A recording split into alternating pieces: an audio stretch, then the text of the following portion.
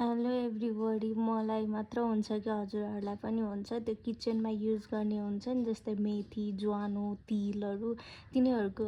अनि युज गर्दा गर्दै कहिलेकाहीँ फ्याक्ट ला यसको इङ्ग्लिसमा नाम के होला है भन्ने जस्तो फिल हुन्छ। अनि त्यसपछि अनि आउँदै आउँदैन कुनै पनि। अनि त्यसपछि त्यस्तो जहिले नै हुन्छ कि मलाई चाहिँ, मेरो केसमा चाहिँ हजुरहरूलाई नै हुन्छ कि हुँदैन। अनि त्यो रिजनले गर्दाखेरि चाहिँ अनि मैले चाहिँ माथि मलाई आज मेथीको आएको थिएन कि।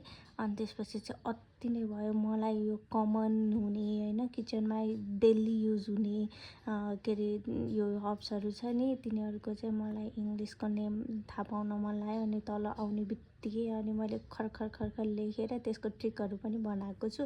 अनि त्यो ट्रिकहरू चाहिँ ले गर्दाखेरि चाहिँ इजी हुन्छ कि सम्झिनको लागि। अनि तपाईँहरूलाई पनि सेयर गरेँ। अनि यो तपाईँले हेर्नुभयो भिडियो भने चाहिँ तपाईँहरूले पनि 100% भुल्नु हुँदैन।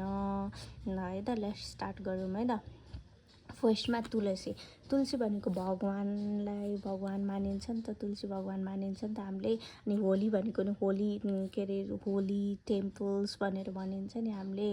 अब त्योबाट पनि सम्झिन सकिहालिन्छ, होली बसेल होइन। अनि त्यसपछि तुलसी भनेको होली सम्झिने टेम्पल टाइपको। अनि त्यसपछि तुलसीमा चाहिँ होली बसेल होइन। अनि त्यसपछि नानी बसेल भनेको चाहिँ तुलसी त बासी कहिल्यै हुँदैन है, त्यो जति नै राखे पनि बासी हुँदैन, सादा नै हुन्छ, प्योर हो नि त होली। अनि बसेल भनेको बासी हुँदैन, होली बासेल हुँदैन भनेर सम्झिने।